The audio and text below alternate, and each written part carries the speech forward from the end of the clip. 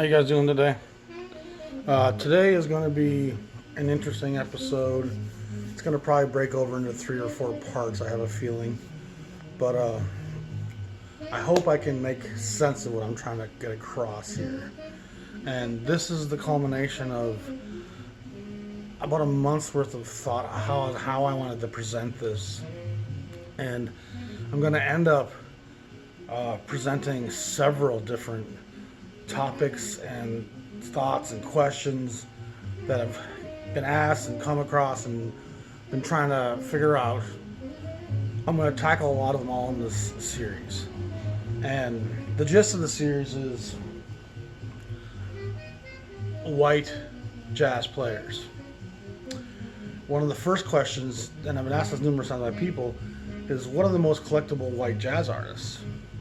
It's a great question, and I took a long time to think about it. And then one of the things I really wanted to get across was for business decisions, especially in the 50s, go away, there was a lot of compromises made by some labels and less by other labels in terms of how many white artists they were going to record, how exclusively they were going to record white artists, how exclusively they were going to record black artists. It's a touchy subject because I don't want to imply in any way that white cats can't play. I've been on the record in numerous of my episodes in saying you don't get into a recording studio in 1956 unless you got some chops and are a really badass musician, period. Okay? But as I started collecting all these record label discographies, it was clear that a lot of the artists in these label discographies, as to which ones had become parts of the jazz canon and which ones have kind of fallen by the wayside. And now, how do you define the jazz canon? And that even is a convoluted question. And it comes to numerous different factors. Some is just recognition, star power, sales, the critics. Sadly, some of it comes down to modern reissues. Who's buying this music today, in a lot of ways, has a lot to say about who's part of the jazz canon. Unfortunately, some of what people buy today is based largely on big marketing and also on what's available. And truth be told, most of the major jazz labels material is owned by some big umbrella company at this point, and it kind of is up to that executive somewhere in a boardroom as to how important jazz is going to be in terms of what they are going to market, promote, and get out there. Some labels over the years have been much better. Columbia's never really stopped promoting its jazz department. That's why Miles, Hancock, Monk, and some of those guys are so omnipresent still. Coltrane, even though he was on the Impulse, whoever owns the Coltrane stuff, they're constantly reissuing box sets, and his name is on people's tongues constantly, you know. And so the issue now becomes, how do I express and document with you what I've seen by collecting these label discographies in terms of the labels that are willing to take risk and chance versus the ones that were just going to make the safe choices. How much percentage of a label's output has made it into the jazz canon, and how much of it's kind of fallen by the wayside. And even the stuff that's fallen by the wayside, most of it's fantastic music made by great players. And so what I've decided to do is I went through 14 of the labels that I had the biggest collections of, and we're talking well over 100, 200, 300, 400, 500 records by those labels. And I went to their first 100 releases. And it's almost all simultaneously links up to 1954-55. So we're going to take 14, 15 labels and document what they put out by white artists. What of those white artists are firmly in the canon? Which of them are kind of loosely in the jazz canon? And which ones we've never seen or heard of before? And with some labels, there's not going to be a lot of the latter. Well, some labels, I'm going to guess there's going to be a lot of stuff that people haven't seen or ever heard of. And I'm going to ask for your guys' help. In your comments, let me know which records have you never seen, which records have you heard of but never seen, which records do you think of that, oh, that's a pretty common thing, I don't have it, but I know it's part of the canon. Which ones in your mind are firmly, like, that's jazz royalty, regardless of race. So that's the formula we're going to kind of try to get across here to get people to understand where I'm coming from. Now, I'm going to again say, don't mistake me for ever saying white cats can't play this music. They absolutely can. Don't misunderstand this as me saying that you have to be a certain color to be a wonderful virtuoso or improviser. That's not true. What I want to do is refer again to my African mask metaphor. And I think it's going to be a great lighthouse in helping us determine the canon and what's outside of the canon. And the African mask was carved by the village carver, artist, shaman, in order to protect his village from evil, bad spirits. And this is very important now. The artist, shaman, carver never had the motivation of, I want to be the best carver of a mask. He never had the motivation of, I want my ego to shine, so it's about me. And he certainly never intended to sell the mask. The mask was never for profit or gain.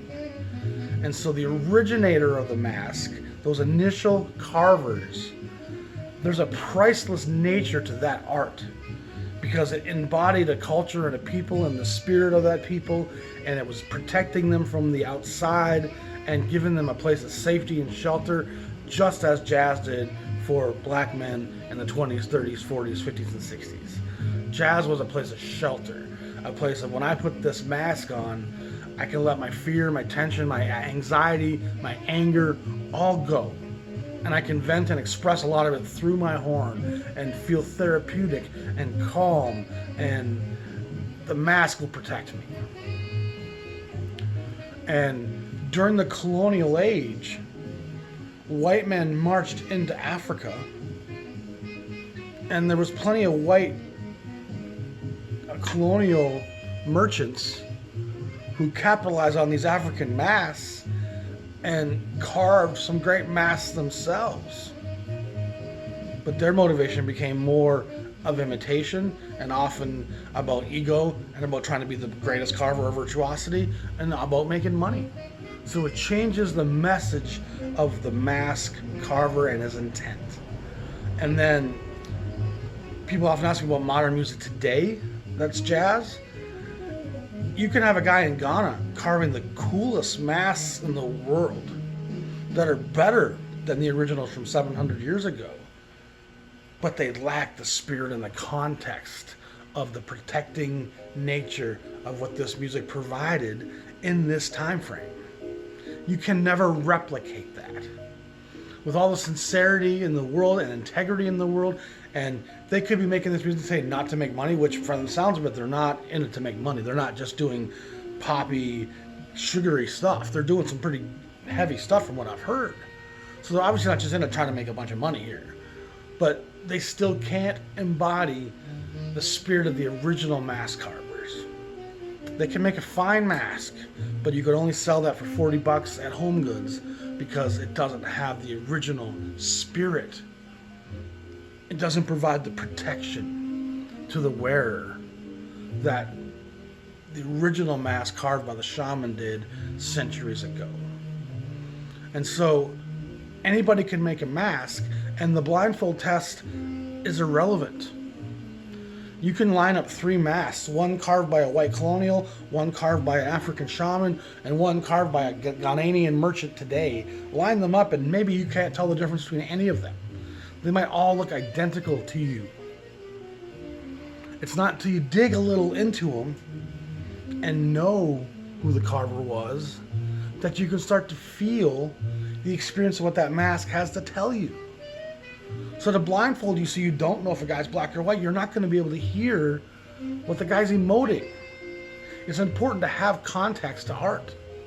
So experience, environment, and personality, those brushstrokes I've spoken of, are incredibly important. And to deny the listener those brushstrokes creates an ambiguity that really doesn't allow your mind to stray down the path of empathy to grasp where is this guy coming from.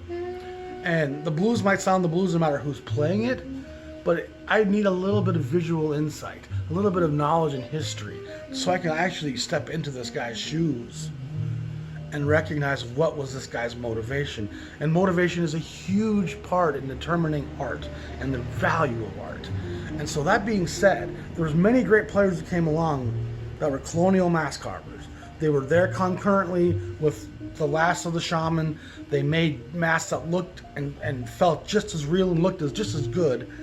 And only a very few of them made it into the villages and lived amongst the shaman and the black people and made a mask that had a degree of integrity to it that the black villagers held in reverence and said, you know what, we can protect our village with your mask as well.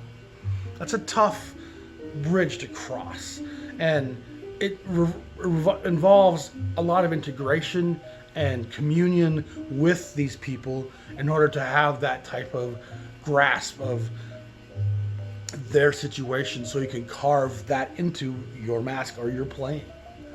And so that being said, that's the context I want people to kind of get this in. Let's look at each label here. Look at the white artists that they promote and how many of them are part of the canon, how many of them are essential members of the jazz canon, and how many of them might have been great players, but they didn't have a reputation, they weren't an active member of the scene, playing with integrated groups, and perhaps they were just virtuosos that a guy like Herman Lubinsky at Savoy said, I want to record you.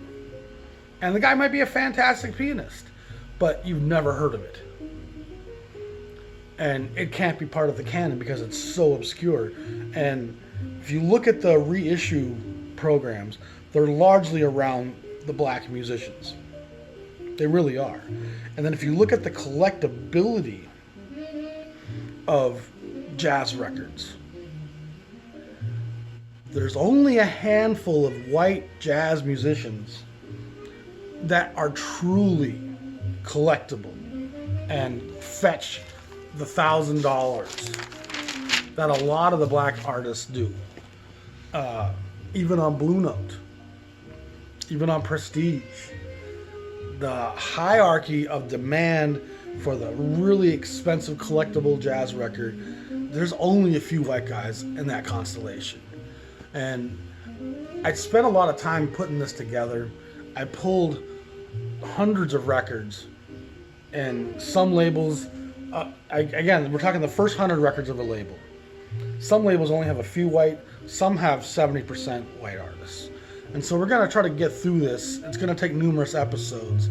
But what I tried to do was I wanted to look at, from a collectible standpoint, who are the guys that records can really fetch good money at auction. And again, I think this really illustrates the African mass theory. And clearly Bill Evans is heads and shoulders above the crowd in terms of the demand for his records and what they'll fetch at auction. And let's not forget, he played with Miles for a long time. Miles championed him for a long time. And Evans' stuff from the late 50s is absolutely beautiful playing. And his records are clearly the most collectible white artists' records that I've seen at auction, that I've seen on the internet sites. The second guy is probably Chet Baker. Chet Baker stuff fetches pretty good dollars, especially for old Pacific records, old Riverside records. Stan Getz is probably third in there. Art Pepper, they're kind of right there. Pepper's stuff on Contemporary goes for pretty good bucks. Stan Getz stuff on Roos goes for decent money. His Verve stuff, it's a little more available, so it doesn't fetch the same kind of money. Again, stuff on Columbia, because it has such distribution, a lot of that stuff's not going to be reissued black or white, unless you're Miles Davis or Monk, because there's still copies of that stuff out there. Shelly Manne is definitely a tier below those first few, but he's definitely in the elite tier. Dave Brubeck, who embodies the West Coast cool, he definitely has a star in the jazz constellation, and his records won't sell for huge bucks, but nice copy of some of those records can go for 40, 50 bucks, no question. The other names I want to mention here, Gil Mel, Blue Note and Prestige. He makes a number of records. He's a pretty good arranger, piano player, makes something a bit on the edge. He has good demand for his records, in part because they're rare and haven't been reissued a lot. And again, that's always a factor. How many times have your records been reissued?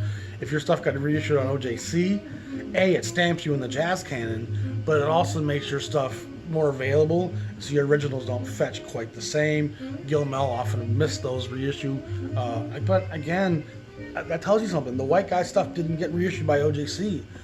And Jerry Mulligan, one of the great baritone sax players, part of pretty much every movement in jazz history, and yet sadly, Mulligan's stuff is among some of the most affordable white artists. His stuff rarely goes for good money, and he was on a lot of the great labels. It's a little tough to understand. Al Cohn, fantastic player. His stuff will go for decent bucks sometimes. Conitz, Phil Woods, we just lost Lee Conitz the other day, R.I.P. my friend. Bud Shank, another West Coast guy. Zoot Sims, another fantastic tenor player. Pepper Adams, the baritone player, who doesn't have a lot of albums as a leader, so you can't really consider how much collectible he is, but he has a staying power because he played with Donald Byrd and the brothers a lot at Blue Note. Bob Brookmeyer, another important trombone player who was a big part of the scene for a long time. There's a lot of other names. I think that's the top 15, that tier right there. There's a lot of other names like Kyle Jader, Kai Winding, Herbie Mann, Barney Kessel, Gil Evans, that are kind of that top. If these were 5, those guys might be a 4. Jim Hall, Shorty Rogers, Red Rodney, Jack Teagarden, Bud Shank, Phil Woods, Charlie Mariano, Stan Levy, Jimmy Rainey, Johnny Smith, Manny Albam, Lenny Niehaus, Paul Bly, Victor Feldman, Mose Allison, Howard Rumsey, Max Bennett.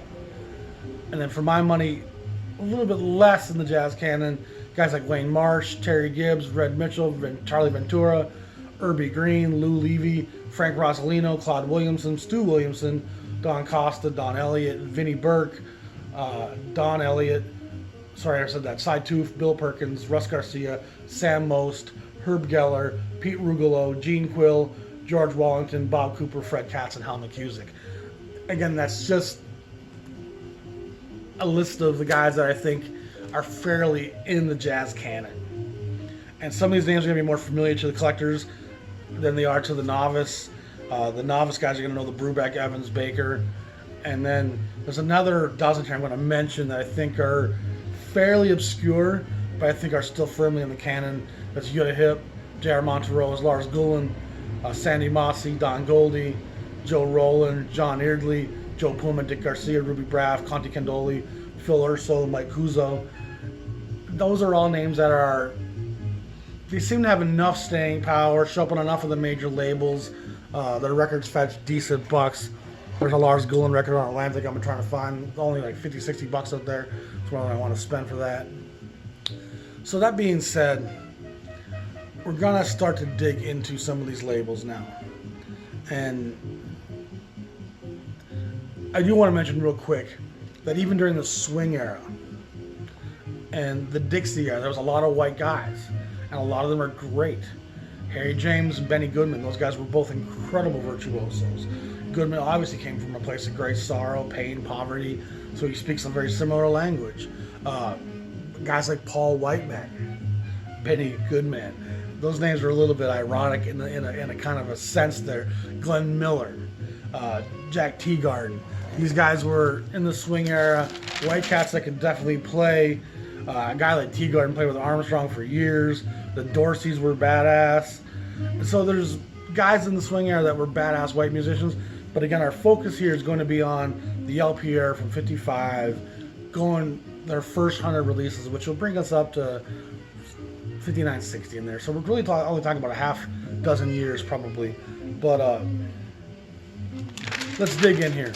And if you guys want to keep a little running total of where you see each of these artists in the canon, that's totally great by me. Let me know what you think. But first of all, we got Blue Note on deck. And Blue Note, 1955, launches the 1500 series. And in that 1500 series, there's only 3 white artists. There's nothing else in the jazz canon like it. And it's part of the other thing I want to show in this episode is just how special the Blue Note label was. And in part, this is why. They didn't only just take an honest documentation of black artists, that's almost all they documented was honest black artist expression. But Gilmel, he had a number of 10 inches earlier on for Blue Note in the early 50s.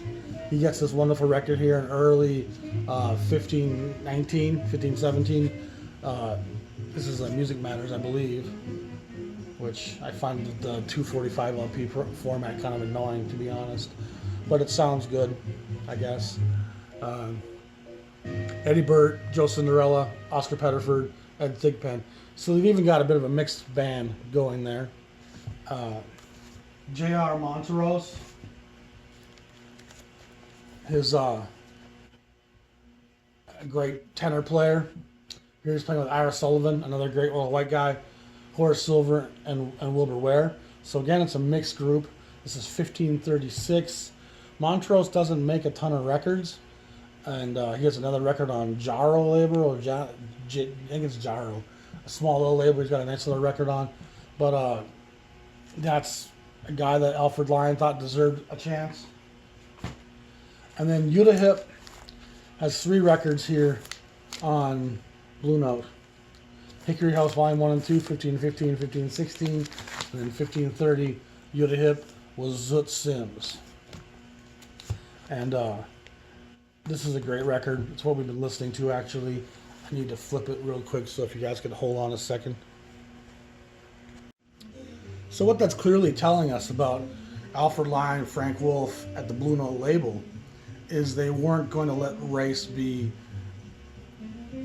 a factor economically. We weren't just going to record a bunch of white cats because we want to sell a lot of records. And we've talked about this before. A lot of labels know their demographic. You know, Blue Note's selling in the inner cities, in the chocolate cities, and they're not selling a lot of records south of 110th Street. You know, this stuff wasn't necessarily meant for the Bridge and Tunnel crowd, even though it's eventually who gets into it. But Alfred and Frank really recorded the African American experience like no other label. And that's about as clear as I can illustrate it for you. In the first 100 records of the 1500 series, there's only 5 titles. And Monteros is maybe a 2 in terms of recognition, pretty obscure. Gilmel's probably a 3 and fairly collectible because he's obscure in terms of rarity. And Yuta Hip's also probably a 2. But you have to be pretty deep into jazz to know who she is. And she was a friend of a friend from Germany, if I recall, for Alfred. Alfred was a Jewish German immigrant coming over before the war. And if I recall, she was a friend of someone of his back in Germany, and that's how she ended up recording for Blue Note. So not exactly a safe choice that was going to make Blue Note a ton of money, recording a female Jewish German immigrant. Again, so that's not as like, there's not like, oh, we're going to be safe with this release. There's still not a high demand for Jewish female jazz players. That's going to move us on to Prestige. And Prestige definitely records more white musicians than Blue Note does. But their output is still minuscule compared to some of these labels. Stan Getz has some early sessions that come out early in the 7000 series, 7002, probably recorded in the early 50s. Zoot Sims, who's a top tier white guy, 7026, again, probably early 50s stuff. Lee Konitz with Tristano, Marsh, and Bauer, again, same thing, early 50s recordings that came out early in the 7000 series. Mulligan plays Mulligan. I'm not going to keep repeating myself, but that's what a lot of this stuff is going to be. The brothers, Stan Getz, Zoot Sims, Al Cohn, Alan Eager, and Brew Moore. All 5 of them great players. And relative parts of the jazz canon. Bob Brookmeyer, the great trombone player, with Teddy Charles and Jimmy Rainey. All 3 of them are fairly established somewhere in the jazz canon. And then Phil Woods, of course, a number 3 or even possibly a 4 in terms of his part of the jazz canon. So you're seeing there's Phil Woods with Donald Byrd, so there's an integration there. And I also didn't pick a lot of integrated groups, and I didn't pick a lot of it had to be fairly obviously this was a white record. Mose Allison is a white guy, but he actually makes some pretty interesting stuff, and it never feels like, oh, he's just some safe white musician that Bob Weinstock wanted to make a bunch of money with. Jimmy Rainey, the great guitar player, great white player. And then here's some Gil Mel stuff on Prestige that also was rarely reissued. The Japanese did do that. And this Quadrama record's really fantastic. It's his 4th release. Good stuff to find. And then George Wallington. That's another one of the interesting sidebars here, is that there's going to be quite a few UK artists that these white American labels put out and feel like, okay, we can get away with putting this out. And Wallington's a great player, though, and he has records on quite a few of these labels. Teddy Charles, the West Coast vibe player, great stuff. Here's a couple of his Prestige records. Barbara Lee with the Johnny Windhurst Quintets. She's pretty obscure now. She's probably a choice Weinstock made and said, let's try to reach a little middle America with that one. And then here's John Erdley. Zoot Sims is on this. Teddy Kotick, Milt Gold, Nick Stabulus, George Siren, Phil Woods. So there's some good white talent on there, but you can see it's a pretty white affair. But you don't really look at that and go, okay, that was just Weinstock making a safe choice. But that was what Weinstock and Prestige did with white artists in their first 100 releases. And they're mostly firmly in the jazz canon, and there's some pretty big royalty in there with the Getzes and the Zoot Sims and the Mulligans and the Konitzes. And so I don't feel like Weinstock was making white records to make safe choices. And that moves us on to Riverside now. And Riverside is the first label where we're going to have to start asking some questions about why did this get issued. First and foremost, Bill Evans. And I added actually this from 315 because I wanted to have 3 of his records here to show you. There's 291 and there's 223. So that's pretty early in the Riverside 200 series. And so in the first 100, there's 2, almost 3 records by Evans. And these weren't records just put out a safe white record. This was obviously one of the great players of this time. And these are before the Miles Davis connection. Then Chet Baker, of course, here on Riverside. He makes a series of pretty fantastic records in the late 50s that are all worth seeking out and fetch pretty good money. And Chet's, of course, in the jazz canon firmly. Zoot Sims, once again, pretty firmly. Pepper Adams, a guy I love, doesn't have a lot of records as a leader. Plays a lot with the brothers, Alvin Jones, Donald Byrd, Doug Watkins, Bobby Timmons. So I think Pepper Adams deserves to be in the royalty circle. And Herbie Mann, I think Herbie Mann's outstanding. And his 50s output is incredible. He's on a lot of different labels. He makes a lot of great sessions with a lot of great musicians, black and white. Herbie Mann deserves more credit than he gets today, 100%. Johnny Pace, Chet Baker introduces. Nice little record, but he's fairly obscure. Now we're going to start digging a little deeper. And here's John Toots Thielman with Pepper Adams, Kenny Drew, Wilbur Ware, Art Taylor. So he's playing with all brothers. He plays the harmonica, not a traditional jazz instrument, but it's not really a gimmick. The guy can really play, and I don't think it's a compromise necessarily.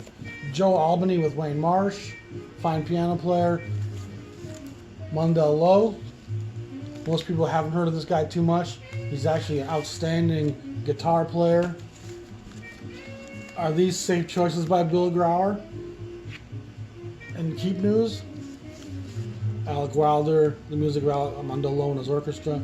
They're actually beautiful records, and they probably didn't sell super well. Tougher to come by, but they're fairly obscure to all but the deepest collectors. Don Elliott, a guy that I think deserves more recognition, has some great records at Bethlehem as well. Multi-instrumentalist, he's a singer, trumpet player, vibraphone player. He can almost do it all. Here he is playing with Marty Bell. Fairly obscure stuff, but a guy that can truly play. Wild Bill Davison. This is going back to the more Dixieland stuff. Pretty rare. Trigger Alperts, absolutely all-star 7 with Tony Scott, Marty Page, Dick Hyman, Zut Simmons, Joe Wilder, and Al Cohn. It's interesting Joe Wilder made it into that group. Some great players.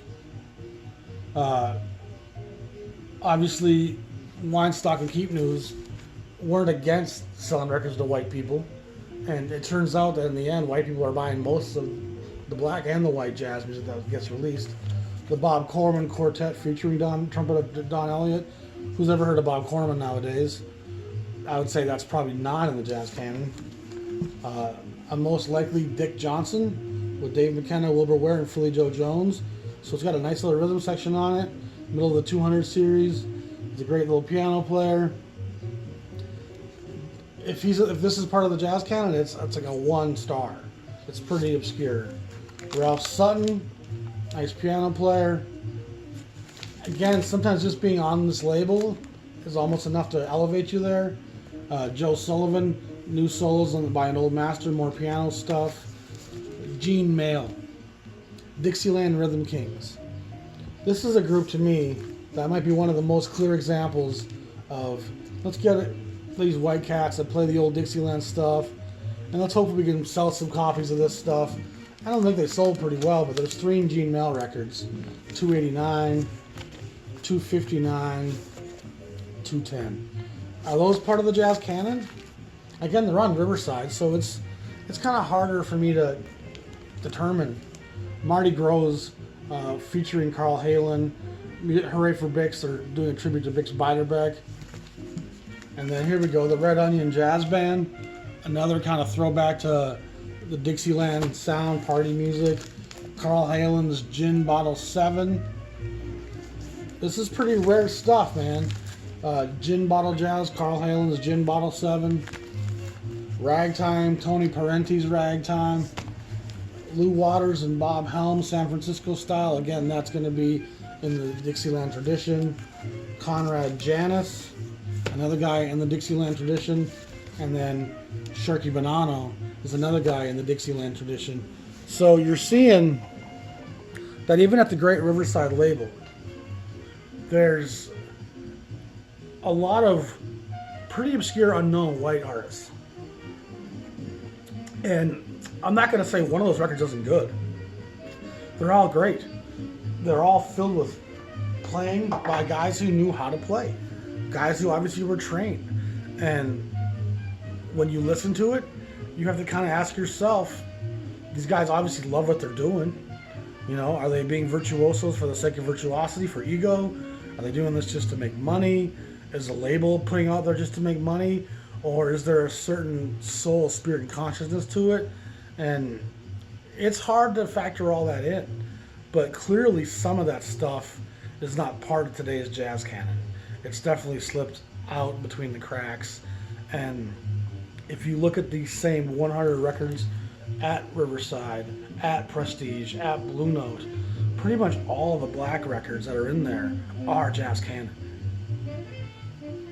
And it's something that I'm trying to get across because I have these discographies and I can see this stuff, but it's hard for me just to reference it to people. I want people to see visually that a lot of these labels filled in a lot of releases with white artists that nobody has any idea of who they are anymore. And it wasn't because they couldn't play. They all can play. What some of them lack is the genuine sincerity of the desperation of why I'm carving this mask. The guy who's carving the mask to protect himself and his spirits in this village will never be doing it for ego, just to be, hey, look at me. Well, I want to be the greatest carver ever. That's not his motivation. He wants to be the best protector ever. And somehow, just like the priceless original mask that's on some guy's wall today that's priceless, even modern reviewers and critics and reissue programs, even a casual jazz fan, they can feel and sense something. And a lot of the black jazz of the 50s and 60s, without even being able to put a thumb on it or analyze it or grasp it, they can still feel something that tells them something important is happening. Something of significance is going on. And again, it's so tough to quantify it without spending a lot of time looking at the history, the social movements, the economics, and then the actual jazz labels themselves and their chronologies and discographies. Once you start to see all of those pictures, that's when you can really start looking at some of these white artists. And absolutely, they can play. They can carve a great mask. But there's a spirit missing in some of it. So I'm going to move on. We're going to start a second episode here where we're going to dig into Bethlehem, Savoy, and Atlantic. And some great titles in there. Some pretty obscure stuff as well. Put your seatbelt on. I'll see you tomorrow for episode 2 on the great white players in jazz and who's motivating my mask carving. Y'all be safe. Peace.